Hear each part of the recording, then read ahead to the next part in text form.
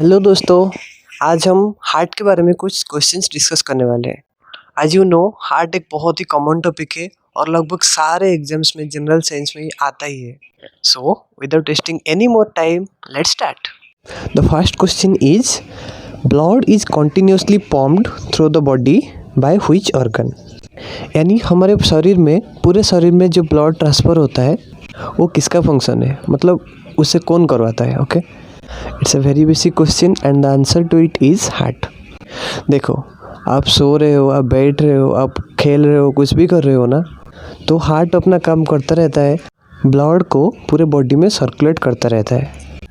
Heart के muscles बहुत ही elastic होते हैं और जब तक कि एक आदमी जिंदा है तब तक उसमें ब्लड फ्लो होता रहता है। That brings us to the next question, that is arteries carries dash blood to heart and veins carries dash blood to heart। अब देखो, हमारे बॉडी में टोटल 2 टाइप के ब्लड वेसल्स होते हैं, एक होता है आर्टरी, एक होता है वेन। देखो, अगर हम पूरे बॉडी की बात करें हार्ट साइड को छोड़कर, ओके, तो आप देखोगे कि आर्टरीज हार्ट से पूरे बॉडी को ऑक्सीजनेटेड ब्लड सप्लाई करता है, यानी उसके अंदर ऑक्सीजनेटेड ब्लड होता है। एंड वेन्स का काम है कि पूरा बॉडी में जितना भी डीऑक्सीजनेटेड ब्लड है उन सबको कलेक्ट करके फिर से हार्ट के पास पहुंचाना। सो इसका आंसर हो जाएगा, arteries carries oxygenated blood to heart and veins carries deoxygenated blood from heart. अब देखो, मैंने बोला हार्ट को छोड़ के, ओके, क्यों? क्योंकि हार्ट के अंदर ही एक एक्सेप्शन होता है। देखो, यहाँ पे 2 चीज़ें हैं, एक है पल्मोनरी आर्टरी और दूसरा है पल्मोनरी वेन। नाम से क्या लग रहा है कि पल्मोनरी आर्टरी मतलब ये ऑक्सीजनेटेड ब्लड कैरी करना चाहिए because it's an artery, but it's not the case. Actually ये डीऑक्सीजनेटेड ब्लड ही कैरी करता है। सिमिलरली पल्मोनरी वेन्स में हमें लगता तो ऐसा ही है कि इसमें डीऑक्सीजनेटेड ब्लड जाना है, लेकिन यहाँ पे जाता है oxygenated blood. This is an exception, okay, just remember it. अगर आप पूछोगे कि what's the reason behind it, देखो, आर्टरी हम किसे कहते हैं? देखो, जो कोई भी ब्लड वेसल जो कि ब्लड को हार्ट से बाहर ले जा रहा है, okay, that pumping out of blood from heart, उस ब्लड वेसल को हम आर्टरी कहते हैं। एंड उसका जो ब्लड वेसल का जो वाल होता है वो थोड़ा मोटा होता है कंपेयर टू वेन्स, ओके। अब ऐसा क्यों? क्योंकि हार्ट जब कंप्रेस करता है तो उसमें से बहुत ज़्यादा प्रेशर में ब्लड बाहर आता है। तो अगर जो ब्लड वेसल्स है वो अगर मोटी नहीं होगी तो वो फट सकती है, फटने का चांसेस बहुत ज़्यादा होता है। अब देखो, जो पल्मोनरी आर्टरी होता है वो राइट वेंट्रिकल से कनेक्टेड है, वो वहाँ से ब्लड को लंग्स तक ले जाता है। अब आर्टरी क्या होता है? जो कोई भी ब्लड वेसल्स ब्लड को हार्ट से बाहर ले जाएगा उसे हम आर्टरी कहते हैं। Going to the next question, amphibians heart is divided into, यानी एम्फीबियंस का हार्ट कितना चैम्बर का होता है? And the answer is, amphibians का 3 चैम्बर का हार्ट होता है, 2 ऑरिकल्स एंड 1 वेंट्रिकल। यहाँ पे 2 ऑरिकल और 1 ही वेंट्रिकल होता है, बट हमारे केस में हमारा हार्ट 4 चैम्बर का होता है, 2 ऑरिकल, 2 वेंट्रिकल। एंड हमारे अंदर ऑक्सीजनेटेड एंड डीऑक्सीजनेटेड ब्लड का कंप्लीट सेपरेशन होता है, यानी कि उनमें से कोई भी मिक्सिंग नहीं होता। बट एम्फीबियंस में, जैसे कि फ्रॉग वगैरह हो गया, उनमें ब्लड मिक्सिंग हो जाता है, यानी जो ऑक्सीजनेटेड और जो डीऑक्सीजनेटेड ब्लड है वो दोनों कम्प्लीटली सेपरेट नहीं होते। I think that's clear. Next question says, the walls of heart are made up of dash layers. Heart का जो आउटर वॉल है वो कितने लेयर का बना होता है? सी, हार्ट का जो वॉल होता है वो 3 लेयर का होता है, एक एपिकार्डियम, मायोकार्डियम एंड एंडोकार्डियम। सो इसका आंसर 3 हो जाएगा।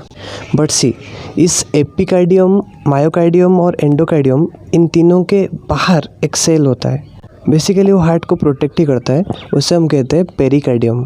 तो अगर आपने कहीं सुना होगा कि पेरिकार्डियम या फिर पेरिकार्डियल लाइनिंग, तो वो बस कुछ नहीं, हार्ट का एक बाहर का एक लाइनिंग होता है जो कि हार्ट को प्रोटेक्ट करता है। The chamber which receives blood from tissue cells are called, and इसका सिंपल आंसर हो जाएगा ऑरिकल्स। सी, अगर कहीं से भी ब्लड हार्ट को आ रहा है तो उसे हम कहते हैं ऑरिकल्स, और हार्ट से कहीं भी ब्लड बाहर जा रहा है तो उसको हम कहते हैं वेंट्रिकल। यहाँ पे देखो, जो राइट एट्रियम है ये पूरा बॉडी से डीऑक्सीजनेटेड ब्लड कैरी करता है, और जो ऑक्सीजनेटेड ब्लड जो कि लंग से आता है वो आके पहले लेफ्ट एट्रियम में होता है। सो क्लियर, अगर कहीं से भी ब्लड बॉडी से हार्ट को आए तो आके पहले एट्रियम में ही रहता है। Next question is breathing rate of human is. अब देखो ये जो हार्ट रेट है ये पर्सन टू पर्सन भी वेरी करता है और आप कौन सी काम कर रहे हो उस पर भी डिपेंड करता है। अगर आप खेल रहे हो या फिर कुछ मस्कुलर वर्क कर रहे हो ना, उसमें आपका हार्ट रेट बढ़ जाता है, लेकिन आप जब रेस्ट करते हो, जब सोते हो, तो ऑब्वियसली आपका हार्ट रेट थोड़ा नीचे आ जाता है। पर यहाँ पे हम बात कर रहे हैं कि एक एवरेज पर्सन में जनरली हार्ट रेट कितना होता है। See the normal heart beats about 72 times a minute, यानी कि 1 मिनट में 72 टाइम्स हमारा हार्ट बीट करता है। The next question is dash is the process of intake of air, यानी कि जब एयर हम ब्रीद इन करते हैं, अंदर लेते हैं, तो उस प्रोसेस को क्या कहा जाता है। And the answer is inspiration. See हम जब एयर लेते हैं अपने अंदर तो उसे हम कहते हैं इंस्पिरेशन, और जब एयर छोड़ते हैं बाहर तो उसे हम कहते हैं एक्सपायरेशन या फिर एक्सहेलेशन। एंड इस टोटल प्रोसेस को हम कहते हैं respiration. That is expiration plus inspiration is called respiration. The next question is the chamber of heart which pump blood to body tissue are called. ये तो हमने ऑलरेडी डिस्कस कर लिया है।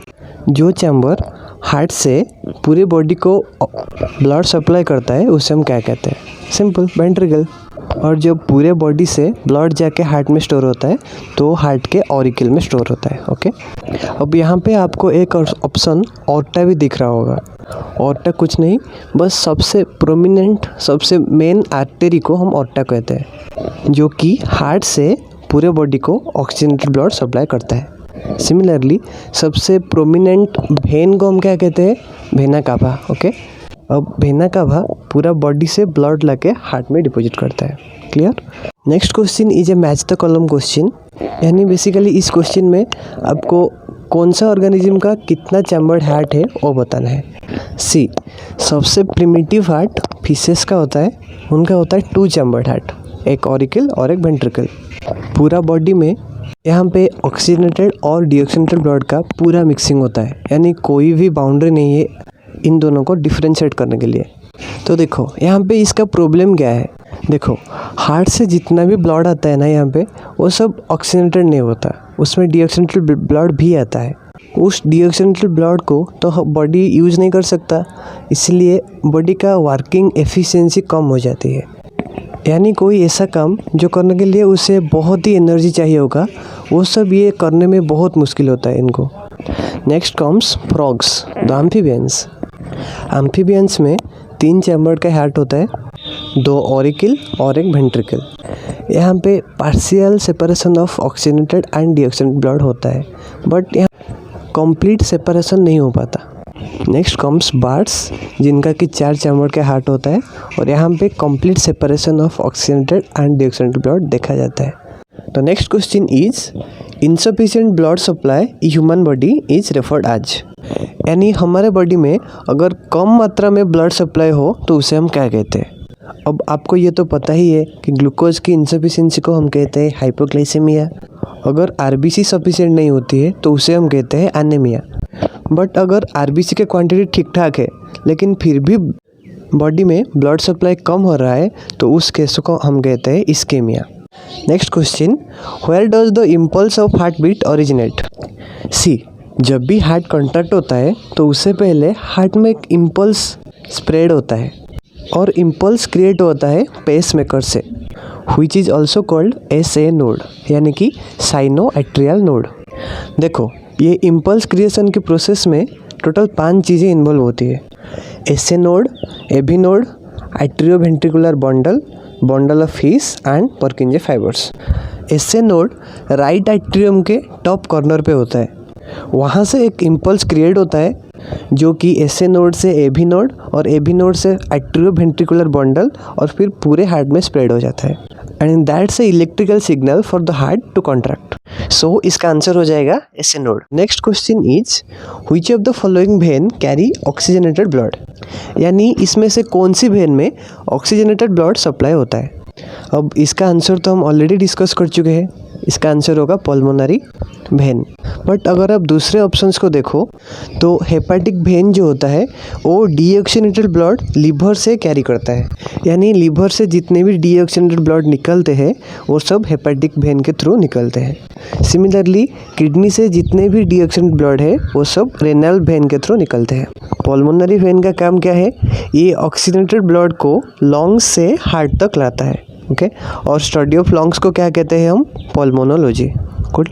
Next question is in which of the following is extra blood stored and released when shortage occurs, यानी इसमें से कौन से ऑर्गन में से हमारे बॉडी एक्स्ट्रा ब्लड स्टोर करता है और अगर बॉडी में कभी ब्लड का शॉर्टेज हो गया तो वहाँ से हम ब्लड यूज कर सकते हैं। इसका सीधा सीधा आंसर स्प्लीन हो जाएगा। स्प्लीन को हम blood bank of human body भी कहते हैं बिकॉज हमारे बॉडी स्प्लीन में एक्स्ट्रा ब्लड स्टोर करता है और अगर ज़रूरत पड़े तो वहाँ से यूज भी करता है। और हम स्प्लीन को ग्रेवयार्ड ऑफ आरबीसी भी कहते हैं क्योंकि आरबीसी का जब लाइफ ड्यूरेशन ख़त्म हो जाता है तो वो यहीं पे आकर मर जाता है। अब देखो थायराइड ग्लैंड से थायरोक्सिन हार्मोन निकलता है जिसमें कि आयोडीन होता है और एड्रेनल ग्लैंड्स किडनी के ठीक ऊपर रहते हैं और इससे एड्रेनालिन हार्मोन निकलता है जो कि ब्लड प्रेशर को कंट्रोल करता है। नेक्स्ट आता है पैनक्रियाज पर। पैनक्रियाज एक हेक्टोक्राइन ग्लैंड है, यानी इसमें एंडोक्राइन सेल्स भी है और फिर एक्सोक्राइन सेल्स भी है। देखो हम कोई भी ग्लैंड को एक्सोक्राइन कब कहेंगे, जब भी उसका सिक्रीशंस वो डायरेक्टली ब्लड में ड्रेन कर देता है तो उसे हम कहते हैं एक्सोक्राइन। और अगर कोई ग्लैंड का सिक्रीशन एक पर्टिकुलर ट्यूब के थ्रू अपने टारगेट साइट्स पे जाता है तो उसे हम कहते हैं एंडोक्राइन ग्लैंड्स। अब देखो पैनक्रियाज का जो एक्सोक्राइन पार्ट है उससे डाइजेस्टिव एंजाइम सीक्रेट्स होते हैं एंड एंडोक्राइन प्लांट से ग्लूकागोन एंड इंसुलिन फॉर्म होता है। अब ये ग्लूकागोन और इंसुलिन का काम है कि ब्लड में जो शुगर लेवल होता है उसे मेंटेन करके रखना, यानी अगर ब्लड में शुगर लेवल कम है तो पैनक्रियाज ग्लूकागोन सीक्रेट करता है और ग्लूकागोन ग्लूकोज सिंथेसिस को बढ़ा देता है। सिमिलरली अगर बॉडी में शुगर लेवल ज़्यादा है तो पैनक्रियाज इंसुलिन सीक्रेट करता है जो कि ग्लूकोज को घटा देता है। अगर इंसुलिन सीक्रेट होता है तो जितने भी सेल्स है उन सब का ग्लूकोज अपटेक बढ़ जाता है, यानी वो ग्लूकोज अपने अंदर ले लेते हैं ताकि ब्लड में ग्लूकोज लेवल घट जाए। The next question is what is the approximate time required for a heart beat, यानी एक हार्ट बीट में अप्रोक्सीमेटली कितना टाइम लगता है। देखो एक हार्ट बीट में दो चीज़ें इन्वॉल्व होती है, एक बार हार्ट कॉन्ट्रैक्ट करता है और फिर एक बार रिलैक्स करता है और इस टोटल को हम एक ही हार्ट बीट कहते हैं। अब देखो जब कॉन्ट्रैक्ट करता है तो उसे हम कहते हैं सिस्टोल और जब रिलैक्स करता है तब हम उसे कहते हैं डायस्टोल। एक सिस्टोल में अप्रोक्सीमेटली 0.3 सेकेंड्स लगता है और फिर एक डायस्टोल में 0.5 सेकेंड। अब देखो एक हेल्दी हार्ट का साउंड को हम कहते हैं लब डब ऐसे। जो नॉर्मल हार्ट प्रेशर होता है 120/80, तो 120 होता है सिस्टोल का और 180 होता है डायस्टोल का। ओके तो आपका आंसर यहाँ पे हो जाएगा 0.8 सेकेंड्स। और next question is transplantation of heart is first done by. 3 दिसंबर 1967 में फर्स्ट हार्ट ट्रांसप्लांट हुआ था साउथ अफ्रीका में। ओके और जो इंडिया में फर्स्ट हार्ट ट्रांसप्लांट हुआ था वो 3 अगस्त 1994 को हुआ था एम्स न्यू दिल्ली में बाय डॉक्टर पी वेणुगोपाल। अब देखो विलियम हार्वे को हम कहते हैं फादर ऑफ सर्कुलेटरी सिस्टम और जो FG हॉपकिंस साहब है उन्होंने विटामिन थ्योरी दिया था। अब जो लुइस पास्चर साहब है उनके बारे में 3 चीज़ें बहुत ही इंपॉर्टेंट है। उन्होंने माइक्रोबियल फर्मेंटेशन का इन्वेंशन किया था और रैबीज़ का वैक्सीन भी उन्होंने ही निकाला था। और थर्ड मिल्क का जो पास्चराइजेशन है वो भी उन्होंने ही निकाला था। अब और एक बात भी जान लो कि मिल्क का पास्चराइजेशन 62 डिग्री सेल्सियस पे ही होता है। ओके कुछ इंटरेस्टिंग फैक्ट्स हार्ट के बारे में।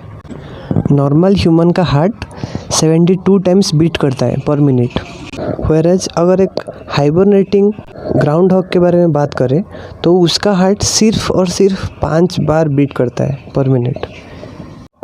और अगर आप एक हमिंग बर्ड को देखोगे तो जब वो फ्लाइट करता है, जब वो उड़ता है ना, तो उसका heart beat nearly about 1260 beats per minute पहुंच जाता है।